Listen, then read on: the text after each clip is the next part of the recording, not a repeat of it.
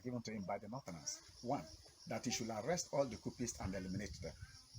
That was number one. Now, Aguirre, in order to unify the federal civil service, not the regions, but the federal civil service, so that he can follow the military command of command, control, and communication in order to put the country in a stable way before probably talking about administration.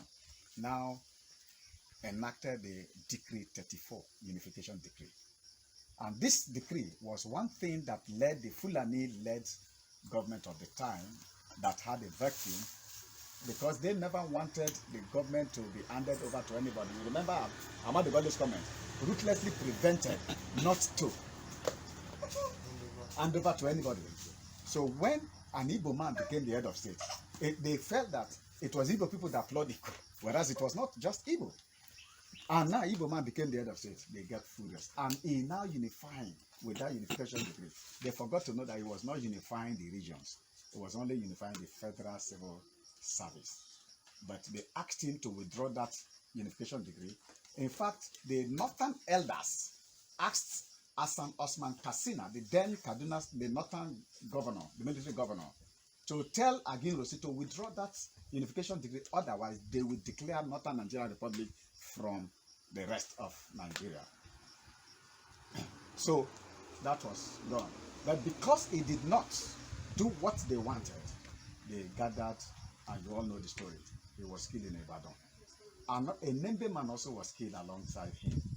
That Nembe man was the orderly to Brigadier Zakaria Maimbalari too, and was also an orderly aide-de-camp to Aguirre in the Congo War in 1960. That Nembe man was still the same Gustav Stephen. But Gustav Stephen was not part of that death. Another Nembe man from Okpoma, whose name was Watson Dewario, was also killed, which many people do not know. And from that moment that Aguirre was killed, Murtala became the ringleader that was the one leading to that second massacre, which they call the second coup. And when they killed him, they started killing people from barracks. They did not only do that. Every pregnant woman that is from this territory, if they catch you, they butcher you, bring the child, cut the head of the child like that. Some people, they put them with sticks, pin them with sticks, behead them, put the sticks on. These are things that were very gruesome, that they have hidden those histories. Now, at the time, Ojukwu was the head of state, was the governor of the Eastern region. So when this scenario unfolded, Ojukwu told Aguirre that he should be careful with using the North to be his aid. But Aguirre, being a patriotic man, the Igbos are very patriotic people. Sorry to say for others that may hate them, I don't care.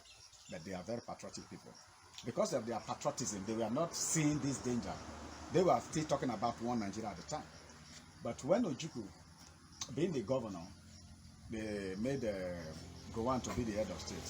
Ojukwu said no, Gowon can never be the head of state. I'm summarizing into two. Gowon cannot be the head of state. The reason is, Gowon was a lieutenant colonel after other Eastern lieutenant colonels. Then there were two senior officers from Yoruba land, Brigadier Babafemi Ogundipe and another Colonel Adebayo. So Ojukwu was saying that, look, at the death of Aguirre, let it be that the position follows the military ranking, that they should give to Babatope, the Yoruba man, to be the head of state, since he's the highest living person at the time. Otherwise, Adebayo, if Ogundipe will not take it, or else to the other lieutenant colonels that are before Gowon. But no, they will not, until even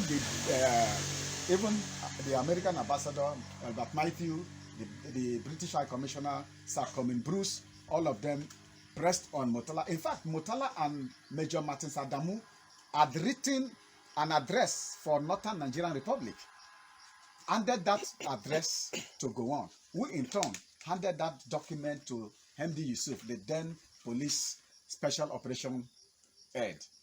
MD Yusuf is Mohammed Diko Yusuf. He was handed over to. And when he was given, he now handed that same document to his cousin, Justice Bello, at that time, who came to Lagos for corruption investigation in the Ministry of Communication who saw the danger too, because already the British people have told them that they amalgamated the South and the North in order to use the wealth of the South to encourage that of the North. And that if they should break out at that time, they will suffer. So the British High Commissioner even told Motala and his Martin Adamu, that if they leave that moment, they will suffer, so they should not. And that if Brigadier Oguntipe became the head of state, it will gather the world against the North. And so that is how they worked until they pacified their mind with Yakubu Gowon. Which is why when Ojukwu said no, it could not be because of his rank, they double promoted Yakubu Gowon into Major General. From Lieutenant Colonel, they bypassed Colonel, they bypassed Brigadier and made him Major General.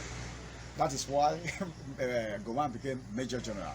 Now, with this contest between the Eastern governor and that of the federal government led to the Ghanaian president of that time, the Ghanaian military head of state, Lieutenant General Joseph Ankara, to invite Ojukwu and his team and that of the federal government to Aburi. And when they went to Aburi, Ojukwu presented a very fantastic document which, if Gowon had kept, we would not have been talking what we are talking today. But that document was a Confederate Republic of Nigeria. You go back and study what Confederate Republic is. Because of time, I will not be able to go into that details. So when they returned back, Ojukwu told Gowon that if Gowon will come and implement that document, he can now work with him. Gowon even stood up and embraced him. They were all comrado there. When they returned back, Ojukwu, because of that, felt that he has gone to make peace, right? Yeah. So he now announced to the Eastern regional people, those who escaped from the North, that he has made peace so they can go back to their areas of where they survived. Unfortunately, for those who listened to him, when they went back to their areas in the North, a month later, they were massacred. Ojukwu died without guilt. Ojukwu died without guilt. Our father died without guilt.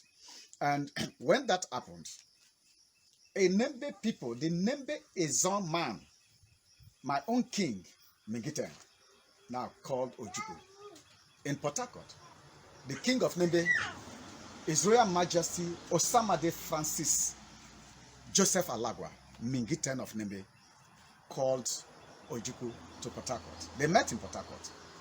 And it was the Mingiten of Nembe that told him, you've done your best. That we thought, because Gowon, when he returned back, the federal government, BBC now made another recalcitrant publication or broadcast that the three governors and the head of state has bowed down to Ojukwu. So when they made that statement, it now made the northern elders call for Gowon, asked him what document did he go to sign. When they showed him, because they have been schooled by the British people, when he showed them rather, they say no, you have to withdraw from such document, go back to one Nigeria. So out of that, Gowon went to the public in his public address, said he cannot stand by that Aburi Accord, that go on with one Nigeria. So Ojukwu on his part said, no, on Aburi we stand. And because it became an impromptu thing, and at the point in time, they were still killing our people. They were massacring our people, even putting them in vehicles down to Port Harcourt, down to Onitsha, down to Umuahia, down to Aba. That is what they were doing. They had the free will. And because Gowon cannot stop them, which is the reason the Mingiten of Nembe now met Ojukwu, and the Portuguese called this extrusion of the southern part into the sea, Biafra. The Portuguese called that area Biafra, although Biafra existed long before them. Are you understanding? Yes. But in the modern nomenclature of this territory, which is why if you look at the old Nigerian map, from Bayelsa down to the east to Akwa Ibom, we have this as Bat of Biafra. Then from Bayelsa to the west, we have Bat of Benin. Then the old water is called the Gulf of Guinea.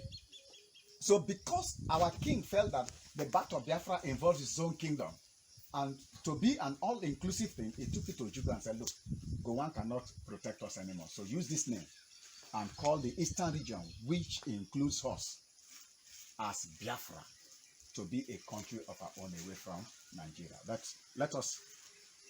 is one thing we have to mention there clearly. I'm mentioning this so that our Igbo cousins too will understand. Ojukwu did not wake up to just declare it, because he's a very trained historian and a senior military officer. So he asked my king did you discuss this with your coastal elders? That's number one. Two, he told them that if he declares, the Nigerian side will wage war, because one, it was an impromptu thing that we never planned for, and that we have not even done international consultation. We don't even have money. But because when you see